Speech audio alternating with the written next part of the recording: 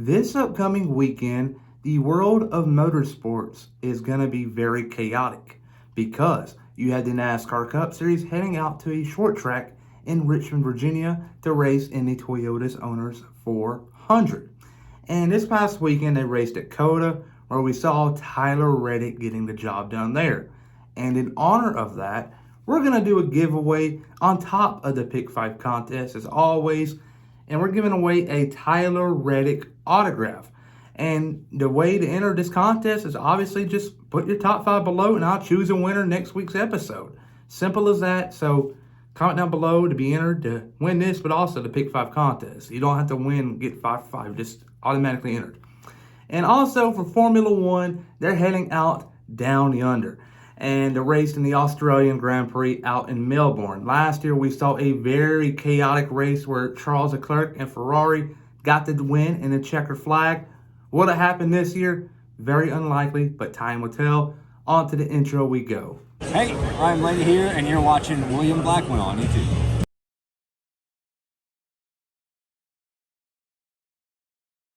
Winning the Australian Grand Prix this Sunday is going to be pretty obvious. It's going to be a Red Bull, but which Red Bull will it be?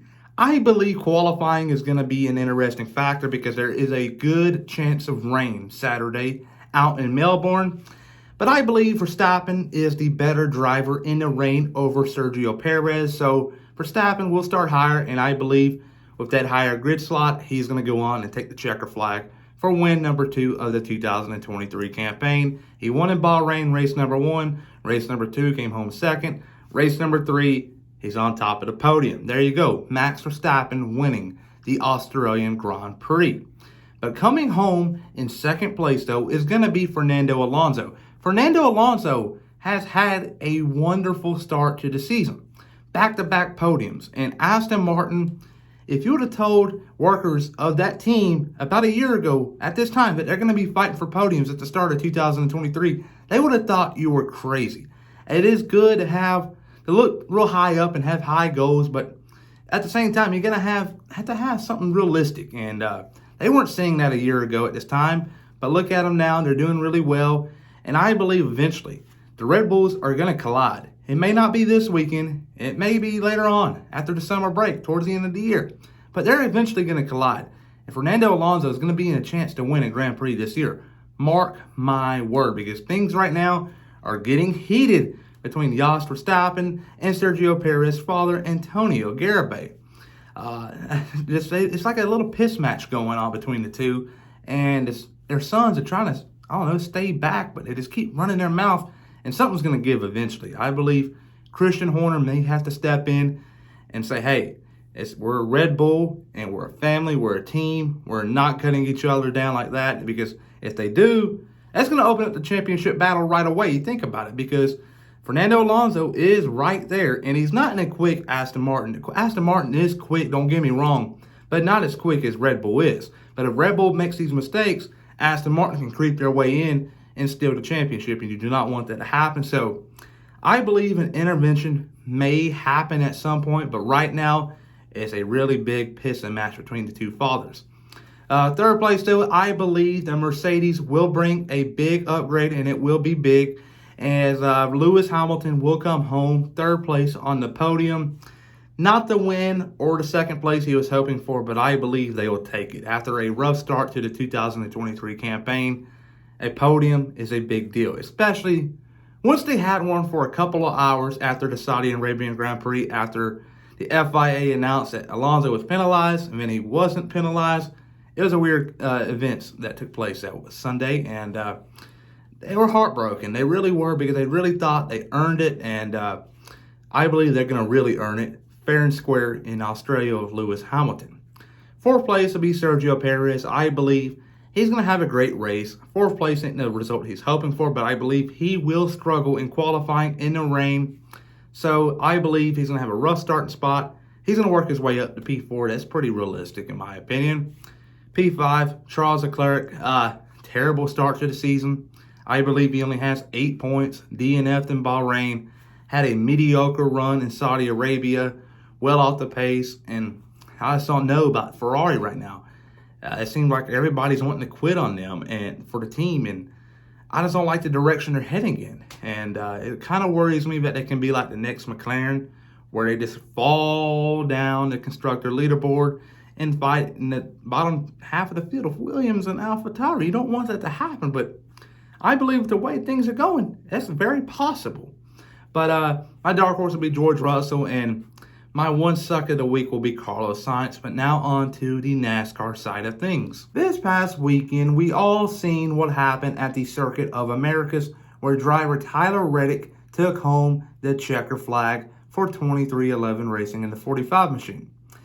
And I believe as soon as he crossed that line at the end of the race to win it, I believe it put a ton of pressure on Bubba Wallace, since he's a teammate of his and he's not performing real well.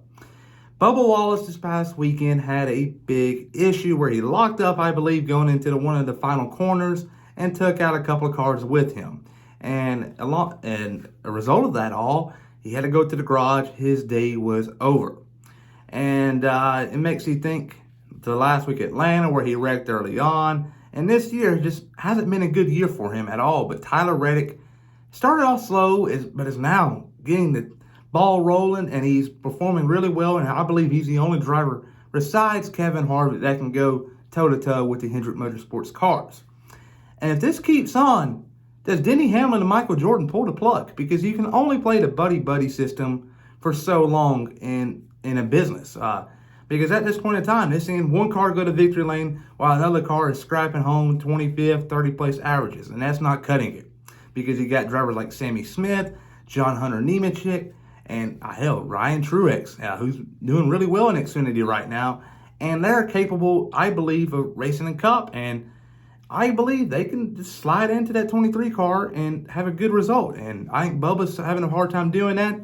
And I believe it's not quite time yet, but if this keeps on for another month or so, I believe it's time for Denny and Michael to look elsewhere and for another driver in the 23 car besides Bubba Wallace, because he is not cutting it at all. But it's still early on, but I did want to mention that before I go on to my picks.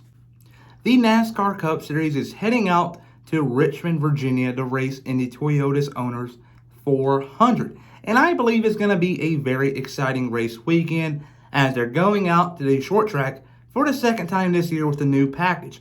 The first time out in Phoenix was a little rough, but I believe it's going to be a little bit better in Richmond, as it is a lot more even, I guess you can say. It's even corners. There's no big dog leg to cut it off and to make your entry a lot more complicated. I just believe it's going to be a lot better deal in Richmond. But saying that, I don't think it's going to change the leaderboard by a lot. I believe the Hendricks cars will be quick, and going to victory lane will be William Byron in the 24 car. He came home third in this race 1 year ago in the spring. I like his chances, so give me the man, William Byron from Hendrick Motorsports. Second place will be the hometown driver of Denny Hamlin. Denny Hamlin last year was very quick. Came home second place, I believe it was, to Kevin Harvick. It was Harvick, Hamlin, and Byron in the spring. Harvick went on to win both races last year. But Hamlin, home track, had a little bit of confidence built up for these last couple of weeks. Heading into his home race, I believe second place is definitely on the table. And he can go up there and kind of shock the world by beating a Hendrick car too.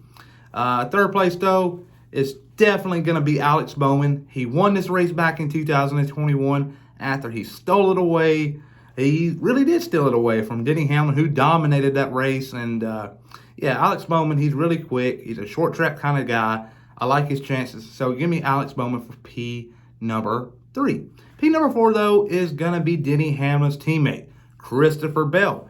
I believe Christopher Bell is going to have a phenomenal weekend. He's going to get a top 5, and he's going to turn his season right around after a rough weekend out in Coda. That was a terrible weekend for Christopher Bell, but he's going to turn things right around. P number 5, though, is going to be Kevin Harvick. I know it's kind of low-balling that he won this race 2 times a year ago, but I got him in 5th. But I also don't like the direction Stewart-Haas Racing's heading at the moment. You got Harvick doing all right, Almirola really sucking it up, Briscoe's hit or miss, and Ryan Preece is well behind us. I don't even know where he's at the moment. You really can't see him. He's too far behind. And they're going to have to make some decisions this offseason. Because obviously Harvick's leaving. And it seems like Almirola is very likely to retire. So that's 2 drivers. Briscoe is signed long term, so he's going nowhere. Then you got Ryan Preece, who's struggling right now. There's a good possibility Stewart-Haas Racing may have 3 new drivers to that team in 2024. Just the way things are going. Just think about it. How crazy is that going to be with Chase Briscoe being the veteran driver of that team? I like Briscoe. Briscoe's my number 1 driver. I like him. I really do. You just don't really want him at this kind of age to be leading a team and being a veteran. They're going to have to sign a big-time guy like a Truex or, hell, a Buescher or a Stenhouse. They're going to have to sign somebody with experience in the Cup Series. They cannot just go get 3 guys from Xfinity and trucks. It's not going to cut it. You're going to have to get somebody that's a veteran of the sport. Simple as that. You get what you pay for. All right, but there you go. My dark horse, though, is going to be Chris Buescher. I kind of hinted him with that little replacement deal, but I like the man. He had a great year last year at Richmond. In the spring, he was up there, but in the fall, he had a chance to win the race. He had a little bit of strategy going against him. He pitted too soon, but I believe this time around, he's going to be up there contending for the race win. It's this one track, though, that the RFK cars just come out there right beside the super speedways and contend for the win. I don't get it, but they do. And I believe Chris Buescher is going to be a guy to keep an eye on. And one driver that I think will suck this weekend, it's going to shock a lot of people. Daniel Suarez had a good weekend in COTA. Very, very interesting events took place after the checker flag flew. When he went to pit lane, he hit his teammate, he hit Alex Bowman, and damn near close hit in a NASCAR official. There's a penalty or a suspension come out. This all time will tell, but I believe something needs to happen because he came really close to hitting the official, which is a big no-no.